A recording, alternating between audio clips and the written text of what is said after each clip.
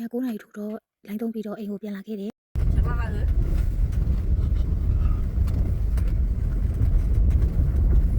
အိမ်ရဲ့အပေါ်တက်ခန်းလေးပါဒါဘုရားရှင်ပေါ့နော်ဒါကျမတို့အိမ်ဖို့အတွက်ခင်းပေးထားတာဒီရွာမှာကအရန်အေးတော့ဆောင်ဆိုလို့ရှိရင်လည်း9 တက်လောက်ကိုခြုံရတယ်ပေါ့နော်မနေ့ဆိုရင်ဆောင်ပြီးတော့လူကလုံးဝမထနိုင်ဘူးပြင်ပန်းတာပဲတည်ညညဆိုရင်လည်းဒီဆောင်ထဲကနေကိုမထွက်နိုင်ဘူးပေါ့နော်အရန်အေးလုံးဝကြီးရနေ့လေခင်းကတော့ပုံမှန်ပဲညဘက်ဆိုအရန်ချမ်းနေရွာလေးပါညကအိတ်တာလေးနဲ့နောက်ကျတော့မနေ့ကို8 နာရီထိုးကန်ဒီမှာထားခဲ့တယ်ဒါ8 နာရီထိုးကန်ဒီမြင်ကွင်းလေးပေါ့နော်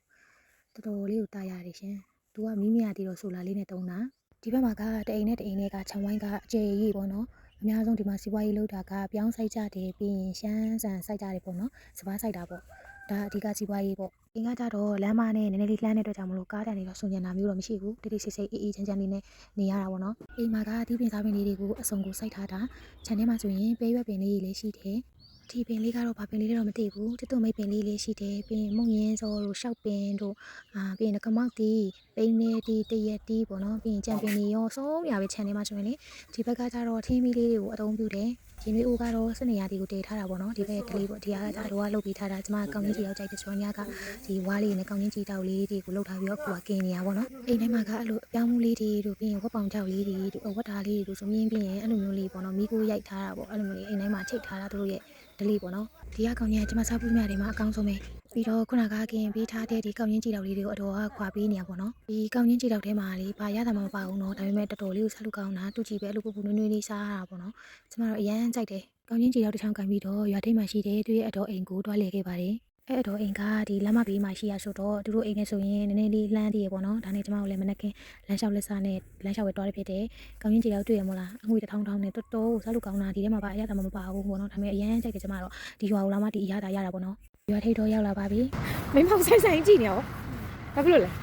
မမြင်ဘူးလားတို့ကမျိုးကလာတာတို့ကမျိုးကလာတာအလဲလာတာ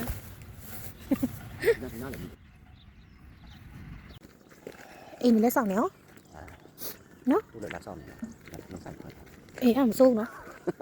ဘောလည်းကားတယ်ဒီနားနားတယ်အေးနော်မစိုးနော်တမင်းဆိုင်လာပွင့်ကောင်းမလားမသိဘူးဟိုတော့ချန်ယူပြီးတော့လေမင်းတရားတမင်းဆိုင်ကောင်းဖွင့်လိုက်ဆိုနားမတူအများကြီးဟုတ်ဘာလို့ဆိုတော့ကျွားမှာတစ်ခေါက်နားပြီးမှတို့သွားမယ်ဆိုတော့ဟောဖြစ်တယ်လေအကြိုက်ပဲလေဘာလို့လာရှိုးကနေလာမယ်ပြီးလို့နေ့လေလောက်ဆိုသူကရောက်ပြီးရောက်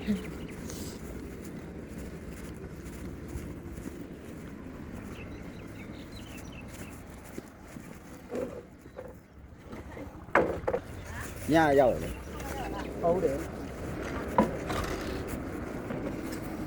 ဒီကကြတော့လမ်းမကြီးရဲ့ဘေးကပေါ့နော်အတော်တယောက်ရဲ့အိမ်မှာပဲဒီမှာမနက်စာကျွေးရပေါ့နော်ဒါကတောဝက်သားတဲ့အမဲလိုက်ရင်လည်းရလာတာတဲ့ဒါရာခုကိုကြော်ကျွေးရပေါ့နော်အဲယောက်ျားမရှမ်းဆန်ထမင်းဆန်ပူပူလေးနဲ့တောဝက်သားကြော်လေးနဲ့သူဆွဲနေပါတယ်ဒီမှာဝတ်သားမစားတော့စားခဲ့ပါဘူးဒီမှာကအဲ့လိုမျိုးထင်းမီလေးနဲ့တုံးပြီးလို့ရှိရင်ဒီလိုအသားတွေကြီးသားတို့ဒီလိုမျိုးအသားတောဝက်သားတွေပါဆိုလို့ရှိရင်မြင်းပြီးတော့အဲ့လိုမျိုးမိကိုလေးနဲ့ကြက်ရိုက်ထားတာပေါ့နော်အဲ့လိုမျိုးလေးအသားလေးတို့သူတို့ကတိမ့်ပါတယ်အတော်အိမ်မှာထမင်းစားနေတော့မကြေးကားလာရဲဆိုကျွန်မအပြေးလေးကျွန်မစားချင်တာလေးတွေတောပြီးတော့ဝယ်ခဲ့ပါတယ်ဒီရွာမှာကကြဒီလိုမျိုးဈေးကားလေးတွေလာမှဒီအသားငါစားရတာပေါ့နော်ကျန်တဲ့ချိန်လေးဆိုရင်တော့တောလိုက်ထွက်မှပဲအသားလေးရတာပေါ့နော်ကျမစားချင်တာလေးတွေဝယ်လာပြီးတော့အိမ်ကိုပြန်လာခဲ့ပါပြီရှင်အိမ်မှာကကောက်ညင်ပေါင်းထားရပေါ့နော်ကောက်ညင်လေးနဲ့ကျမကဒီစီတိုဘူးအီမြစ်တော်လေးနဲ့တူစားမှာပါကျမကဒီရွာကိုစရောက်တော့အသားမကြဘူးပေါ့နော်ဘာလို့လဲဆိုတော့အစားအသောက်ပိုင်းအစားကျမတခါမှမစားဘူးတော့ကြတော့အသားမကြခဲ့ပါဘူးဒါပေမဲ့ဒီရွာကိုရောက်တာများတော့ကျမကလုံးဝဒီရွာနဲ့တသားလေးဖြစ်သွားပြီ